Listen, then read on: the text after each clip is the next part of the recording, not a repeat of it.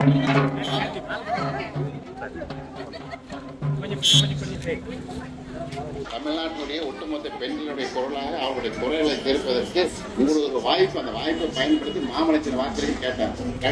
அதே மாதிரி இப்பொழுது சட்டமன்றத்தில் பேசி தமிழ்நாட்டு அனைத்து பெண்களுடைய பிரச்சனை தீர்ப்பதற்கு பாடுபட்டு இருக்கிறாரு. இப்பொழுது நமது சட்டமன்ற உறுப்பினர் மரியாதைக்குரிய திருமதி சௌமியா அன்புமணி அவர்கள் உங்களிடையே நன்றி கூறி பேசுவார். மாட்டுக்காரனூர் பகுதியை சேர்ந்த அனைத்து சகோதர சகோதரிகளுக்கு அன்பான வணக்கம். முதல்ல உங்க எல்லாருக்கும் என்னுடைய நன்றிகளை நான் தெரிவித்துக் கொள்கின்றேன். நான் இங்க வந்து ஓட்டு கேட்கும் போது என்னை எவ்வளவு பாசமாக வரவேற்று, அதே சமயம் அது எவ்வளவு வெயில், அன்னைக்கெல்லாம் ஓட்டு போடுற அன்னைக்கெல்லாம் வெயில், நடந்து போய் தான் வாக்குச்சாவடிக்கு நீங்க எல்லாம் போய் ஓட்டு போட்டிருப்பீங்க. ஓட்டு போட்டு என்னை உங்களுடைய சட்டமன்ற உறுப்பினராக தேர்வு செய்த உங்கள் அனைவருக்கும் என் மனமார்ந்த நன்றியை நான் தெரிவித்துக் கொள்கின்றேன். ஏன்னா நீங்க தேர்வு செய்தாதான் என்னாலேயும் ஏதாவது பேச முடியும். இப்ப நீங்க தேர்வு செய்து சட்டமன்றத்துக்கு அனுப்பியதால் தான் நாங்க போய் சந்துக்கடை அப்படின்ற விஷயத்த தமிழ்நாட்டுக்கு சொல்றோம். வேற யாருக்குமே தெரியாது இல்லையா? டாஸ்மாக்னா என்னன்னு எல்லாருக்கும் தெரியும். ஆனா சந்துக்கடைன்ற ஒரு விஷயம் இருப்பது நம்மள மாதிரி கிராமத்துல நம்ம ஊர்ல இருக்கவங்க தான் தெரியும், எல்லாருக்குமே தெரியல.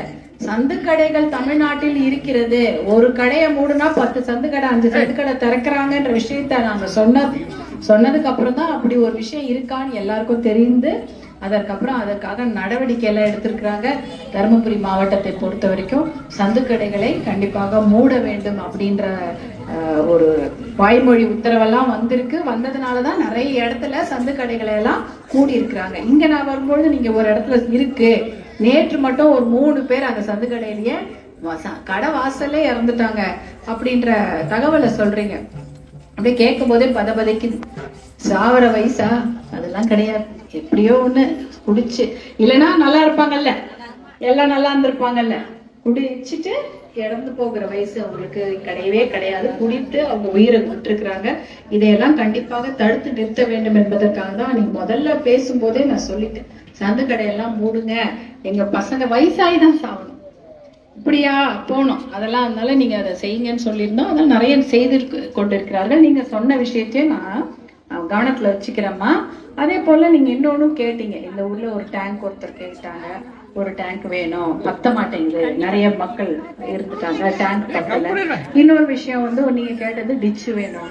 டிச்சுனா அந்த கழிவு நீர் போவதற்கான கால்வாய் வேணும். கால்வாய் வேணும்னா அதுக்கு இடம் வேணும். அதுவும் நீங்க சொல்லிட்டீங்கன்னா நம்ம பண்ணிக்கலாம். குப்பையை கிளீன் பண்றதுக்கு உடனடியா நடவடிக்கை எடுக்கப்படும். அதற்கான முயற்சி கண்டிப்பா எடுக்கணும். நம்ம இங்க ஒன்றிய செயலாளர் இருக்காரு, அவர்கிட்ட நான் எல்லார்கிட்டையும் நாங்க அதான் போன் பேசணும். ஒரு நோட் போட்டுடுங்க, ஒரு நோட்டை போட்டு ஒரு கிராமத்துக்கும் என்ன தேவையோ தனித்தனியா எழுதி வச்சிடுங்க.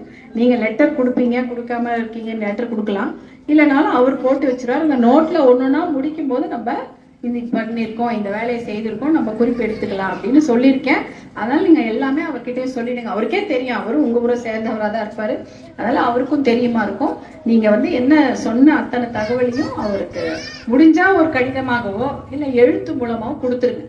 அப்ப அவரு மறக்க மாட்டாரு, இருந்தாலும் நம்ம அதை ஃபைல் பண்றதுக்கு கரெக்டா இருக்கும். நம்ம வச்சிருந்து என்ன தேவையோ அது ஞாபகமா செய்து கொள்ளலாம். நீங்க இதை செய்யுங்கம்மா. கண்டிப்பா நீங்க சொன்னீங்கல்ல அம்மா, இதெல்லாம் நீங்க செய்வீங்கன்னா உங்களுக்கு ஓட்டு போட்டு தேர்ந்தெடுத்தோம். கண்டிப்பாக இதை செய்வதற்காக தான் நானும் உங்ககிட்ட வந்து கேட்டேன். நீங்களே எனக்கு அன்பா செய்து கொடுத்துருக்கீங்க. இந்த வேலையில செய்து கொடுக்க வேண்டியது என்னுடைய கடமையாக நான் நினைக்கிறேன்.